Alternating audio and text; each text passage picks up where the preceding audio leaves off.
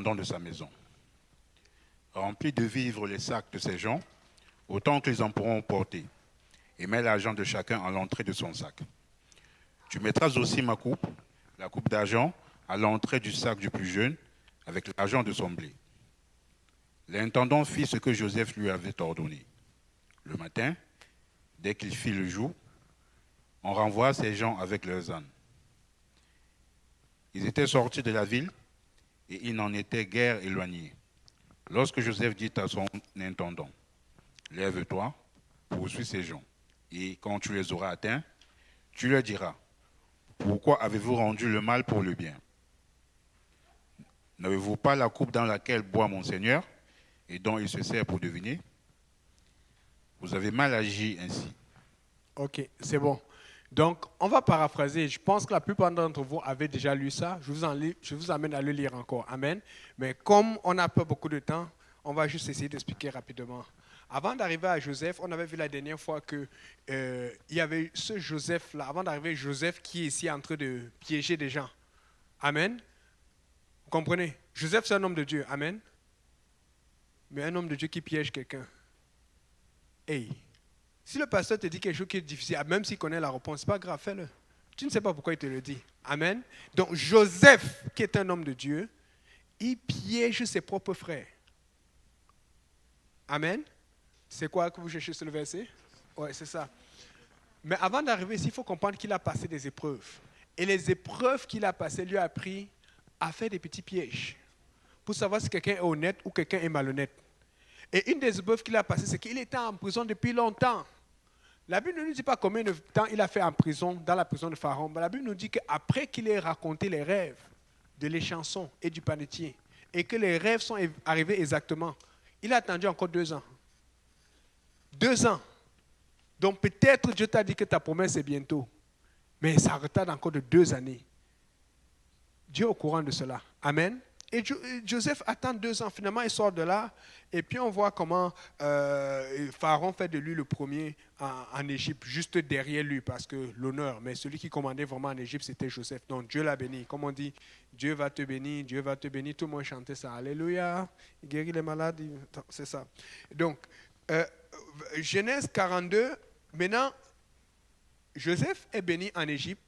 Et quand Dieu bénit Joseph en Égypte, ça bénit aussi l'Égypte. Et il y a du blé, il y a la nourriture. Maintenant, en Israël même, qui était là où Dieu avait dit qu'il y avait la terre promise, eux-mêmes, ils n'ont plus de nourriture. Ils sont obligés de quitter. Ils sont obligés de quitter pour venir retrouver Joseph là où Joseph est.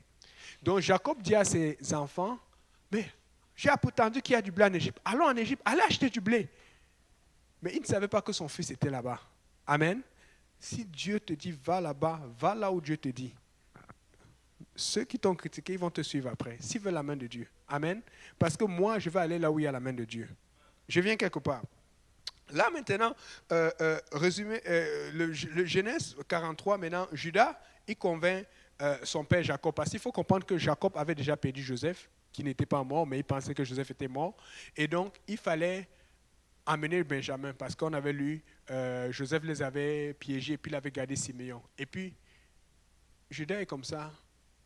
Tu m'as enlevé, vous m'avez enlevé, ou j'ai perdu Judas. Maintenant, Siméon n'est plus. Il est là-bas, il est en prison. Et puis, vous voulez prendre encore Benjamin. Donc, il se dit qu'il va perdre 3 enfants. Donc, toi, tu es là, tu veux servir Dieu. Tu as perdu ça. Dieu t'a enlevé ça. Tu te dis que Dieu va laisser l'autre. Et Dieu demande encore, comment tu fais? C'est souvent ça avec Dieu. Hein? Tu dis, Seigneur, je t'aime, je veux te servir. Mais quand même, ne me demande pas ça là. Bizarrement, c'est quand tu mets une limite que Dieu va te demander celle-là. Si tu veux servir Dieu, ne mets aucune limite. La meilleure façon de servir Dieu, c'est de dire, Seigneur, donne-moi la force de faire tout ce que tu vas me demander, même si ça ne fait pas ma volonté, même si ça ne fait pas mon affaire. Amen. Donc, là, alors, on arrive à ce que le frère Ludovic vient de lire. Et alors, quand le frère Ludovic lisait cela, on a compris que Joseph a mis la coupe. Et quand il met la coupe dans le sac de qui? De Benjamin. Et c'est là où ça révèle leur attitude. Ça révèle leur attitude quand ils ont vu qu'ils allaient perdre leur frère. Des fois, Dieu te met sous pression pour que tu regardes ta vraie attitude, pour que tu regardes là où est ton cœur. Parce que la Bible dit que là où est ton cœur, là sera ton trésor. Est-ce que ton trésor, c'est dans les richesses de ce monde ou ton trésor, c'est dans les richesses célestes? Dieu veut que notre trésor soit dans les richesses célestes. À un moment même, le Seigneur se fâche. Je ne sais pas si c'est Matthieu ou Marc 8, quelque chose là. Parce qu'il dit, gardez-vous du levain des pharisiens. Et il dit aussi pas tout, il dit levain d'Hérode. Et puis les disciples commencent à parler entre eux. C'est parce qu'on a oublié le pain. Le pain de Maxi de 88 sous. Bon, je paraphrase, Jésus n'a pas dit ça comme ça. Mais Jésus s'est littéralement énervé. Il dit, mais c'est quoi ça? Vous ne comprenez pas? Il dit, là, gardez-vous du levain, gardez-vous de l'enseignement. Donc, il est en train de vouloir dire que donc, vous pensez que je suis là pour faire les provisions de nourriture. Moi, je suis là pour les provisions de spiritualisme, les provisions de prière, les provisions d'engagement, les provisions de doctrine. Mais eux, ils pensaient que comme ils n'avaient pas pensé à la nourriture, le Seigneur était triste. C'est pour ça qu'il a dit, gardez-vous du mauvais pain des autres. Non, gardez-vous du mauvais pain spirituel des autres. Et vous savez ce que Dieu sous-entend par là? Arrête de t'occuper de ce que le monde s'occupe. Commence à t'occuper de ce que le ciel s'occupe. Quand tu t'occupes de ce que le ciel s'occupe, Dieu va s'occuper de toi. Amen. Donc là alors maintenant, après avoir piégé leur frère, parce que Joseph, Dieu savait que leur frère avait changé, mais Joseph ne savait pas. Il a besoin. Des fois le pasteur, des fois l'homme de Dieu, des fois quelqu'un a besoin d'un signe, parce qu'il prie pour cela, pour te faire confiance. Mais toi tu te dis, oh on ne me fait jamais confiance. Mais on ne te fait jamais confiance, mais tu ne veux jamais changer. Pourtant toi-même quand tu donnes quelque chose à quelqu'un, tu veux qu'il change pour recevoir. Donc là, on arrive là, là maintenant, il passe le test et puis Judas commence à parler. Il parle, il dit non, on ne peut pas faire ça. Ton père avait fait cela, ton père, ton truc, mon père avait fait cela. Bon, il dit mon père, mais c'est le père de Joseph, mais ils ne savent pas que c'est Joseph devant eux. Amen. Et donc, ils sont stressés. Mais on voit la façon de vivre de Joseph. Joseph avait des règles. Joseph avait des façons de fonctionner. Mais où est-ce qu'il a eu tout ça? C'est en développant sa relation avec Dieu. Qu'est-ce qui fait à ce que Joseph arrive, il piège son frère? Il n'a pas peur de Dieu. Parce qu'il connaît les limites. Amen. Donc, fait que si tu es dans une situation où tu es offensé, où tu te sens sous pression, pas ton frère, ta soeur qui prie avec toi, qui intercède même, fais confiance à Dieu. Parce que Dieu arrange toujours les choses. Amen. Et je me disais que des fois, là, peut-être on est dans un pays où il n'y a pas de règles. Je vais vous donner une anecdote qui est arrivée récemment. J'allais me changer dans les vestiaires des hommes, parce qu'aujourd'hui, il faut faire attention, il y a des vestiaires mixtes. Maintenant, je regarde toujours bien. Quand c'est bien écrit homme là, c'est bon. Quand c'est bien écrit femme, allez-y. Mais il y a des vestiaires, dès que tu vois, c'est un pied et puis l'autre est coupé là, oublie ça. Oui, mais tu ne sais pas qui tu vas regarder parce que c'est grave à certains endroits au Québec et aux États-Unis. Mais quand je suis entré dans les vestiaires hommes, moi, je voulais aller aux toilettes. Et puis, j'ai vu une plaque. Je n'ai pas filmé parce que je ne veux pas être poursuivi pour ça. Amen. Je ne sais pas, parce que des fois, tu ne sais pas ce qu'on va faire. Et en plus, c'est dans un lieu, ce sont des vestiaires. Mais la plaque dans le vestiaire disait ceci: zone exclusivement où les serviettes sont obligatoires. Dans ma tête, j'ai dit, mais qu'est-ce qui va passer dans la tête d'un homme? Parce que c'est plus les hommes âgés. Il y a souvent des jeunes qui passent là-bas, mais rarement. Qu'est-ce qui va passer dans la tête d'un homme pour qu'il ne mette pas de serviettes dans cette section? Parce que dans les sections là où il y a vraiment les douches, là, on n'a pas que c'est obligatoire. Mais quand tu sors des sections qui a la douche, où tu vas aux toilettes, tu vois là où on se change, là où il y a les casiers, ils ont écrit zone avec serviettes obligatoires. Ils vont surveiller comment? Ils vont envoyer une caméra, ils vont t'envoyer en procès. Moi, je me suis dit, mais pourquoi les hommes ont besoin aujourd'hui qu'on leur dise dans des vestiaires que les serviettes sont obligatoires dans des endroits là où.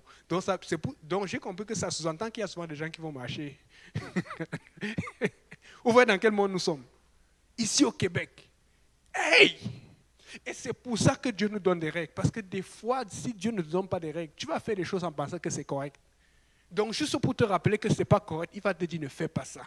Ne te fâche pas contre les règles, c'est pour ton bien. Parce que des fois, tu es en train de pécher contre Dieu, tu ne sais même pas. Mais Dieu veut te donner des règles le temps que tu sois sensible à son esprit. Parce que nous pensons tous que nous sommes sensibles à l'esprit. Ce n'est pas facile d'être sensible à l'esprit. Amen. Donc, c'est ça.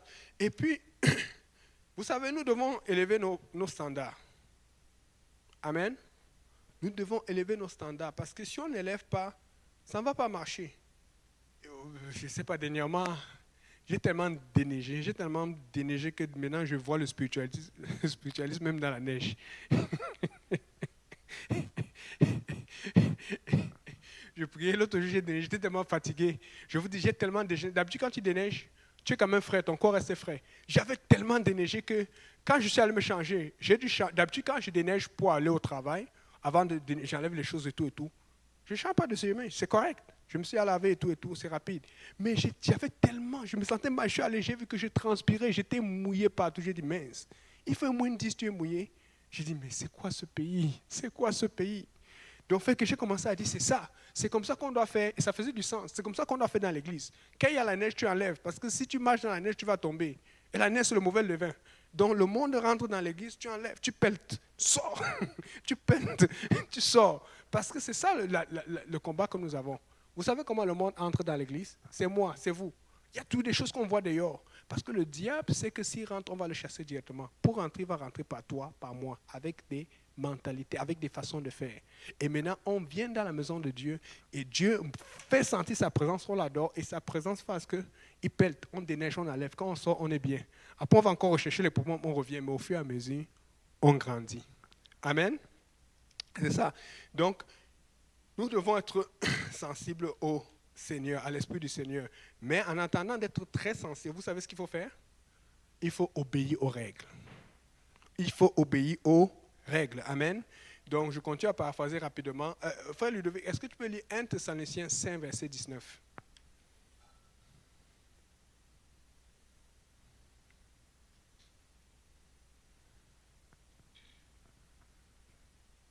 N'éteignez pas l'esprit.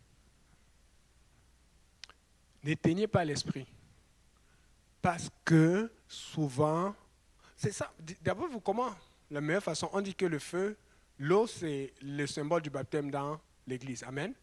Le symbole du Saint-Esprit, c'est le feu. Amen. Bon, quand tu as un feu, le feu de bois chez nous, parce que ici, tu n'as pas le droit de faire le feu dehors. Mais quand tu as le feu, comment tu éteins le feu? Avec de l'eau, avec du sable, avec beaucoup de choses qui ne brûlent pas. Pas du combustible, mais quelque chose qui va éteindre le feu. Comment on éteint le feu du Saint-Esprit? Avec le péché, avec la désobéissance, avec les compromis. Et donc, pour ne pas éteindre le feu, il faut que le feu puisse brûler. Pour que le feu puisse brûler, il faut que ça chauffe. Il faut que ça te fasse mal. Il faut que ça te dérange.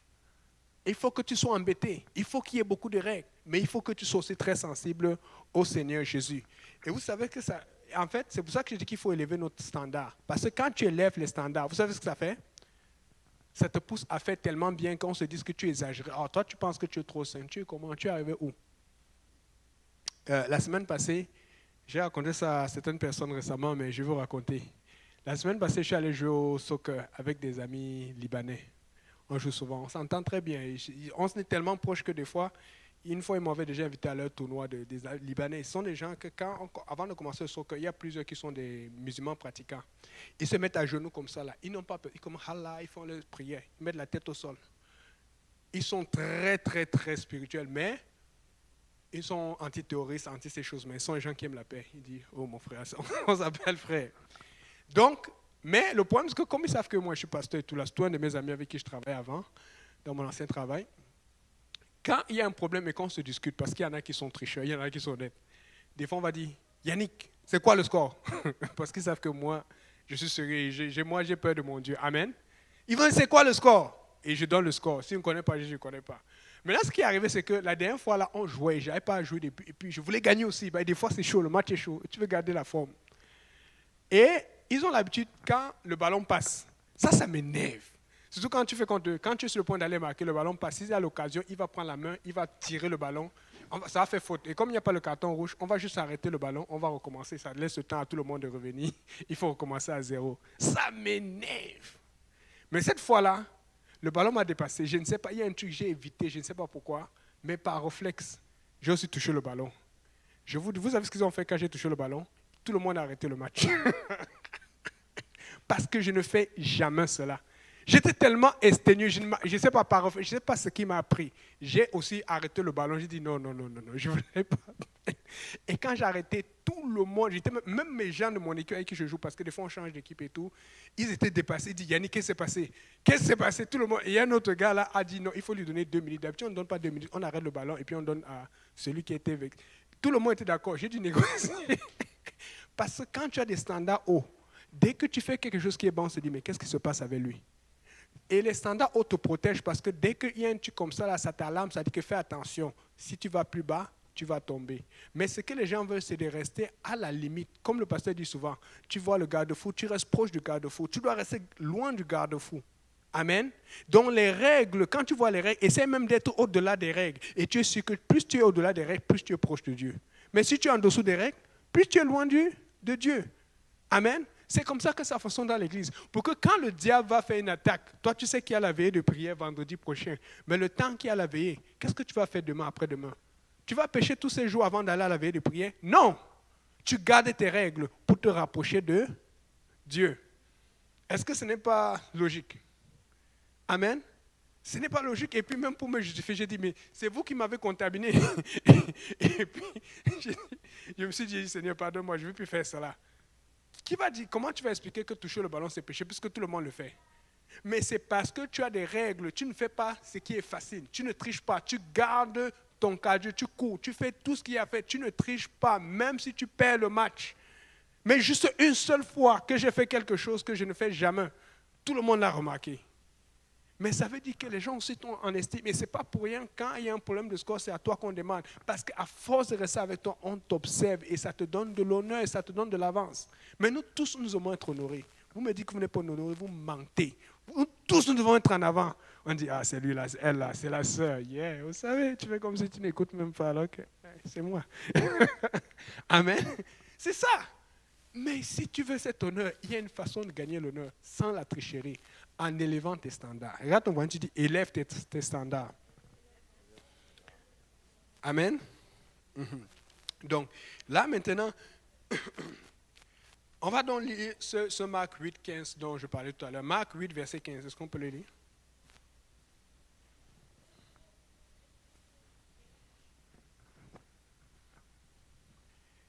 Jésus leur fit cette recommandation. Gardez-vous avec soin du levain des pharisiens et du levain d'Hérode. Moi, j'aime beaucoup ce côté de Marc parce que vous allez voir dans d'autres versets, on dit gardez-vous du levain des pharisiens. On ne précise pas nécessairement du levain d'Hérode. Mais voici comment moi je comprends cela. Pour moi, les pharisiens, ça représente l'Église, mais l'Église compromise. Parce que vous vous rappelez que les pharisiens s'habillaient en grande robe. Et Jésus leur dit, vous aimez ça être dans les grands espaces, être reconnu. Mais Hérode, ça représente le péché, le monde totalement. Donc, Jésus nous donne un avertissement principal.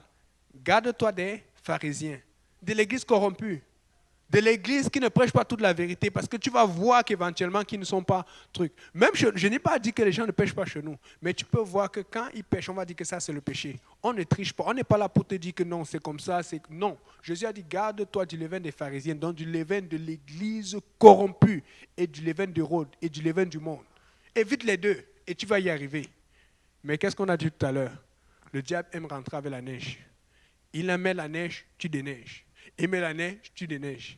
Et des fois, on oublie même qu'on a le Saint-Esprit avec nous. Comme je l'ai dit dernièrement, je suis devenu très spirituel avec la neige. L'autre jour, je suis content du camion parce que là, maintenant, quand je suis dans la neige, boum, boum, boum, je ramasse la neige la dernière fois. Mais à un moment là, je suis en deuxième banc de neige que même la taille des pneus ne passait pas. Et puis, qu'est-ce que j'ai fait? Après, je me suis rappelé, oh, j'ai le 4x4. J'ai mis poum poum, c'est sorti, j'étais content. Des fois, tu as des moyens, mais tu oublies. Des fois, tu as des moyens, mais tu oublies. Tu as le Saint-Esprit. Rien n'est impossible à Dieu. Mais le problème, c'est que comme Dieu t'a parlé toute la semaine et que tu n'as pas fait, tu commences à culpabiliser. Et tu commences à dire, est-ce que Dieu va mettre avec moi avec? Il faut que tu aies Dieu avec toi tous les jours. Pour avoir Dieu avec toi tous les jours, obéis tous les jours. C'est difficile, tu dis, Seigneur, je n'y arrive pas. Donne-moi la force. Amen. Et c'est pour ça que vous allez voir, pour une église puissante, une église selon Dieu, ça demande la qualité et non la quantité. Je vois beaucoup de gens, souvent même des amis au travail, d'autres personnes disent, ah, tu es de quelle église? Tu es de telle église? Vous savez, leur référence, quand on va savoir de quelle église tu es, ils vont voir les églises là où il y a des grands concerts, où des gens qui sont nombreux, des gens qui tombent, qui sont contents et tout ça là, on lui dit que waouh, ça c'est une grande église. Ce n'est pas comme ça. Quand on parle d'une église puissante, on parle d'une église en qualité. Si vous êtes 20 dans l'église, s'il y a 18 ou 19 ou le plus qui sont matures spirituellement, c'est une église puissante.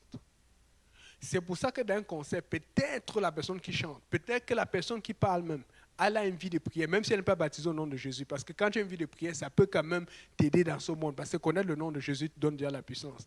Mais tous ceux qui reçoivent au concert, qui ne sont même pas baptisés au nom de Jésus-Christ, devinez quoi? Quand ils rentrent chez eux, d'autres continuent leur fornication. Quand ils rentrent de jeu, d'autres continuent à boire l'alcool. Quand ils rentrent chez eux, d'autres continuent à mentir, à tricher.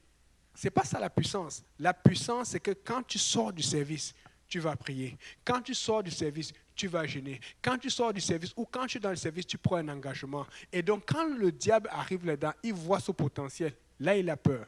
Parce que ce sont des gens qui, peut-être durant leur service ou durant leur concert, c'est difficile de les atteindre. Mais dès qu'il va les voir en route, dans le bus, il va revenir avec les mêmes pensées, les mêmes émotions. Et c'est facile de retomber dans ses péchés, l'iniquité, la pornographie, tous ces fléaux qui dérangent l'Église. Mais quand il vient dans une église apostolique, avec des gens, il essaie même de souffler, on dit non, non, c'est au nom de Jésus. Oh, tu sais, il y a 3 dieux. Non, non, il n'y a qu'un seul Dieu. Il est dérangé parce qu'il ne sait pas où est-ce qu'il va rentrer. C'est ça la puissance d'une église. Voilà pourquoi beaucoup d'églises sur Internet ou ailleurs, ils sont nombreux, mais il n'y a aucune puissance. Parce que la puissance se fait ressentir pas seulement à l'instant, mais par la suite. Voilà pourquoi on a beaucoup d'opposition, parce que quand on vient ici, on va laver, on va nettoyer spirituellement. Dieu va nous réparer et nous envoyer de au travail, à l'école, avec une nouvelle énergie, avec une nouvelle force. Et le diable va essayer de vous attaquer au travail et partout. Et c'est pour ça que vous avez de l'opposition spirituelle, parce que vous avez retenu quelque chose de la parole de Dieu. Mais les autres n'ont pas ce potentiel. Eux, ils ont été touchés. C'est pour ça qu'ils font souvent beaucoup de concerts. Ils font beaucoup de services de guérison, parce que s'ils n'invitent pas les gens, avec cela, qui va venir à l'église? C'est avec l'évangile que tu vas sauver les gens, que Dieu sauve. Amen. C'est avec l'évangile. Et donc, quand on a des services comme ce qu'on a aujourd'hui, devinez quoi? Il y a la repentance, il y a la touche du Seigneur, il y a la volonté de Dieu qui est dans nous, il y a la direction, il y a plein de choses. Mais ça me fait mal. C'est quand tu es sur les médias sociaux, là, tu apprends beaucoup de choses. Il y a des gens qui finissent le service. Ils vont s'insulter, que ce soit dans la chorale ou ailleurs. Et ils disent qu'ils sont chrétiens. Non. Je ne suis pas en train de dire que les gens qui jouent à la chorale chez nous, qui n'ont jamais eu de problème. Amen. Attention. Mais le problème, c'est que quand le pasteur te parle, ou quand même toi-même là, tu pries, tu es gêné. Le Seigneur va te dire, va t'excuser. Mais tu peux voir des gens qui sont en colère pendant des années, mais ils sont en train de faire ministère. Dans les églises. Moi, je ne comprends pas. C'est quel Dieu que tu loues? Parce que n'oubliez pas que nous sommes en train de faire une reproduction, une préparation de ce qui va se passer au ciel. Comment tu es au ciel avec les saints anges? Tu es là, tu regardes de l'autre côté. Tu vas aller de quel côté? Du côté où on est moins fâché contre toi? Vous voyez un peu? Des fois, il ne faut pas qu'on oublie que c'est Dieu qui est le maître de son église. Dieu est dans l'église. Amen. Et là, on va dire que Dieu est dans l'église. Fait qu'après avoir fait tout cela, maintenant Judas lui dit, oh voilà, on ne peut pas rentrer sans l'enfant, si tu veux nous prendre, prends-nous ou prends-moi, mais cet enfant ne bouge pas. Jacques, il a te dit, nous on est prêts à mourir. Des fois, il faut que Dieu voit que tu sois prêt à mourir pour une cause. Oui, merci. Il faut que Dieu voit que tu es prêt à mourir pour une cause. Et il va te prendre au sérieux. Est-ce que tu es prêt à mourir pour ce message? Donc, frère Ludovic, tu peux lire le Genèse chapitre 45 à partir du verset 1. On va voir ce que Joseph dit. On finit bientôt. Comme vous voyez, j'ai vraiment accéléré ça de la façon la plus accélérable possible. Joseph ne pouvait plus se contenir devant tous ceux qui l'entouraient. Il s'écria, « Faites sortir tout le monde. » Et il ne resta personne avec Joseph. Quand il se fit connaître à ses frères, il éleva la voix en pleurant. Les Égyptiens l'entendirent, et la maison de Pharaon l'entendit. Joseph dit à ses frères, « Je suis Joseph. Mon père vit-il encore ?» Mais ses frères ne purent lui répondre, car ils étaient troublés en sa présence. Joseph dit à ses frères, « Écoutez bien. Approchez-vous de moi. » Et ils s'approchèrent. Il dit, « Je suis Joseph, votre frère, que vous avez vendu pour être mené en Égypte. Maintenant, ne vous affligez pas et ne soyez pas fâchés de m'avoir vendu pour être conduit ici, car c'est pour vous sauver la vie que Dieu m'a envoyé devant vous. » Ok, écoutez bien, il dit, ne vous affligez pas, ne soyez pas tristes. C'est pour sauver la vie que Dieu m'a envoyé ici. C'est-à-dire que quand on m'a vendu, quand vous m'avez vendu, au départ, je pouvais être fâché, au départ, je pouvais être amer. Mais par la suite, au milieu du processus, j'ai compris pourquoi je suis passé par là. Donc, moi, je veux savoir. Si tu veux me dire, dis-moi, moi, il n'y a pas de problème. Contre qui tu es fâché aujourd'hui? Qui t'a insulté? Qui t'a énervé? Est-ce que tu es capable de regarder cette personne? Tu dis, ce que tu me fais là, c'est parce que Dieu est en train de vouloir me bénir. Ce que tu fais là, c'est parce que Dieu va me bénir à cause de cela.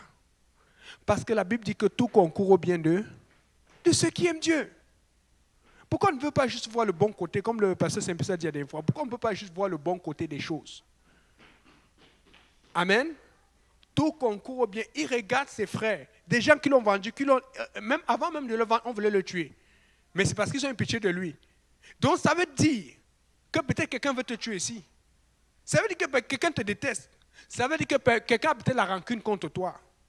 Quelqu'un a la rancœur. Tu penses que quelqu'un a plus de rancœur contre toi que la rancœur que les frères de Joseph avaient contre lui?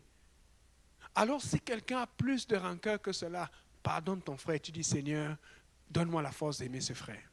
Donne-moi la force d'aimer cette sœur. Amen. Je vais vous raconter juste un truc là, mais je ne peux pas dire ça en ligne parce que vous dites que maintenant tout le monde me regarde. Donc donnez-moi juste. Je ne vais pas avoir des problèmes.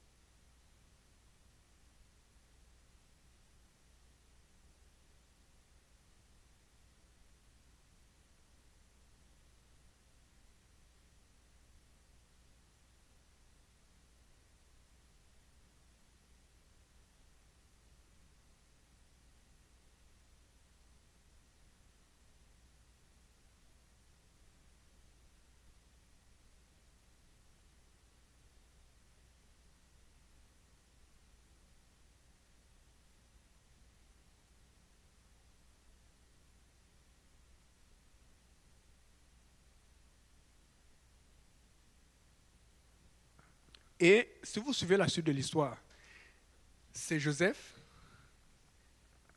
qui dit, Pharaon, ma famille est venue. Et Pharaon est content que sa famille dit, ah mais amène-les. Et on leur donne un endroit. Écoutez bien, on leur a donné, je pense, Gozen. Pourquoi? Parce que les Égyptiens ont en horreur le sacrifice des bœufs et tout ça. Or, les Israélites faisaient des sacrifices. Donc, Pharaon, pour accommoder Joseph et sa famille, on leur a donné un territoire en Égypte. De quoi est-ce que vous avez peur? Élevez vos standards. Élevez vos standards. C'est pour ça que Jésus a dit, vous êtes la lumière du monde. Élevez vos standards. Faites connaître Dieu. Il y a des gens qui vous respectent, qui vous honorent, mais à cause des liens sataniques, des situations dans lesquelles ils ne peuvent pas parler, mais ils vous observent. Vous allez les encourager. Je vous dis, si je commence à parler des témoignages, des choses, ça va pas finir. Dernièrement, ça, je ne vais pas donner le nom, j'étais au travail, il y a une personne quelque part qui était malade, qui n'allait pas, et qui a commencé à avoir un truc. Il dit, ouais, ça ne va pas. J'ai dit, je vais prier pour toi. Oui, merci, merci. Et le truc est fini en 2-3 jours. Amen. En 2-3 jours, c'est fini. Et puis la personne a dit, merci, content. Écoutez, ce n'est pas pour rien que Dieu vous mette au travail là où vous êtes. Ce n'est pas pour rien que Dieu vous mette dans l'espace là où vous êtes. Parce que Dieu veut que son nom soit glorifié. Mais pour que son nom soit glorifié, il faut que tu élèves ton standard. Nous aimons quand c'est glorifié, quand on n'a pas trop fait. Mais Dieu aime mieux quand c'est glorifié, quand tu as fait tout ce qu'il t'a demandé de faire. Amen. Soyez au-dessus des règles.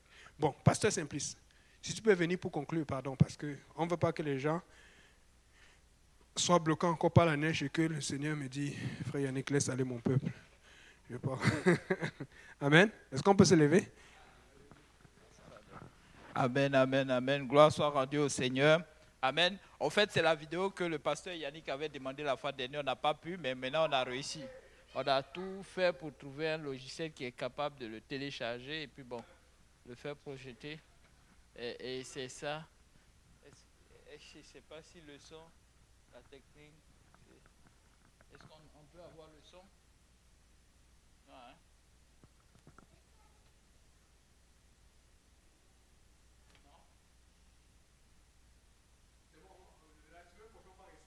Bon, voilà, donc c'est ça. En fait, c'est ça. Amen, c'est Haïti, n'est-ce pas? Malgré la violence, malgré la pression, malgré tout ce que l'ennemi leur fait subir là-bas, n'est-ce pas? Ils tiennent un culte. Amen. Regardez-les adorer comme s'il n'y avait pas le danger dehors. Vous pouvez voir le pasteur Maoutier qui est là. Amen. Alléluia. Donc, gloire soit rendue au Seigneur. Nous allons prier. Amen. Seigneur, nous te bénissons, nous te rendons grâce, nous te disons merci. Nous te disons encore, éternel Dieu de gloire, Papa, combien de fois, Seigneur, tu as été bon pour nous, Seigneur. Malgré la tempête, Seigneur, tu as permis que nous puissions tenir un culte en ce lieu, Seigneur Jésus. Nous te remercions, Seigneur. Nous prions maintenant, Seigneur, que, Papa, tous ceux qui sont venus avec une maladie ou des incompréhensions quelconques, Seigneur, que, Papa, quelqu'un trouve une solution, Papa, à sa situation, Seigneur Jésus. Veille sur chacun de nous pendant que nous allons rentrer, Seigneur. Papa, veille sur les véhicules, Seigneur, les autobus, tous les moyens que nous avons utilisés pour être en ce lieu, Seigneur. Papa, souviens-toi de tous ceux qui sont en ligne, Seigneur, et qui ont écouté le message éternel, Dieu de gloire. Souviens-toi de leurs problèmes, souviens-toi de leur situation, Seigneur Jésus, et que toute la gloire te revienne. Que le peuple de Dieu dise au nom de Jésus. Au nom de Jésus. Est-ce qu'on peut acclamer le Seigneur? Alléluia.